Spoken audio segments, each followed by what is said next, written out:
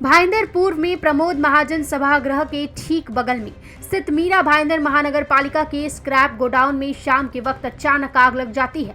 आपको हमने एक खबर भी दिखाई थी कि इसी मैदान में आरटीओ और महानगर पालिका द्वारा कार्रवाई कर लाए गए वाहनों को रखा जाता है, जहां सुरक्षा की कोई भी इंतजामात नहीं है।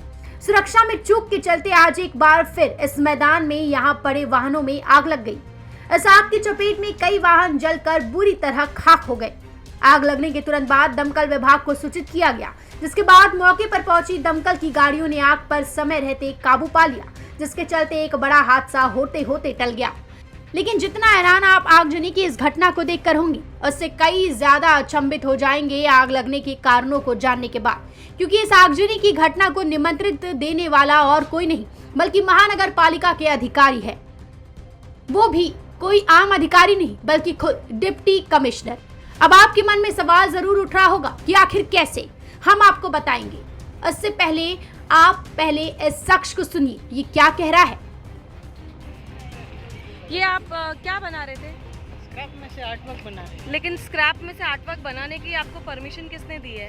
रवि पवार सर ने बोला था। रवि पवार सर ने। आप किस संस्था के लिए कर रहे हैं? नहीं, आपने महानगर पालिका के लिए कर रही है। स्वच्छ सर्वेक्षण का ये है ना, हाँ, उसके लिए कर रहे हैं।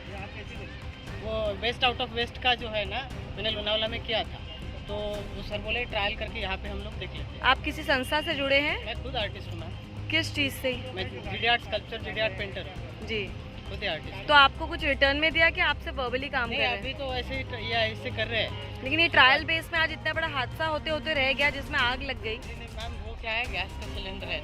इस व्यक्ति ने जिस महोदय रवि पवार का नाम लिया है वो और कोई नहीं बल्कि मीरा भाईंदर महानगर पालिका के डिप्टी कमिश्नर है। दरअसल उपायुक्त रवि पवार ने वाहनों के पार्ट्स के कलाकृति बनाने वाले आर्टिस्ट को इजाजत दी थी कि वो स्क्रैप गोदाम में पड़े वाहनों के पार्ट्स का इस्तेमाल करे, जिसके बाद बगल में मौजूद प्रमोद महाजन सभागृह से बिजली का इंतजाम कर आर्टिस्ट और उसकी टीम ने वेल्डिंग मशीन के जरिए वाहनों के पार्ट्स को काट कर कलाकृतियां बनाना शुरू कर दिया।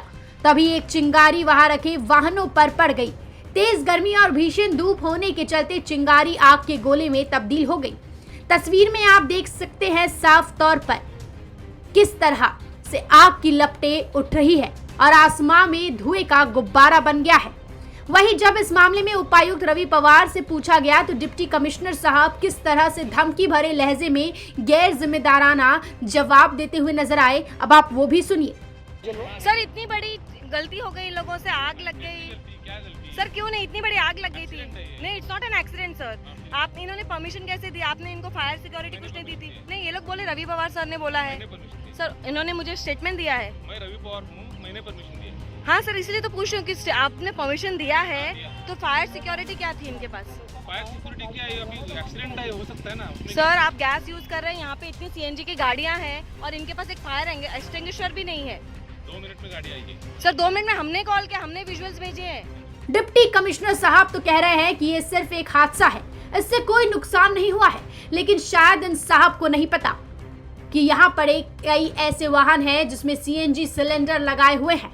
यदि कोई सिलेंडर ब्लास्ट होता तो इस रिहायशी इलाके में कितना बड़ा हादसा हो सकता था, इसका अंदाजा भी नहीं लगाया जा सकता। पत्रकारों को दफ्तर में देख लेने की बात कहने वाले उपायुक्त साहब को शायद ये नहीं पता कि यहाँ रखे गए वाहन ना तो उनकी निजी संपत्ति है और ना ही महानगर पालिका की। सवाल यही है कि आखिर पब्लिक प्रॉपर्टी पर उपायुक्त साहब अपनी मनमानी कैसे कर सकते हैं। मेट्रो मुंबई के लिए शुभम मिश्रा के साथ निशा ठाकुर की रिपोर्ट।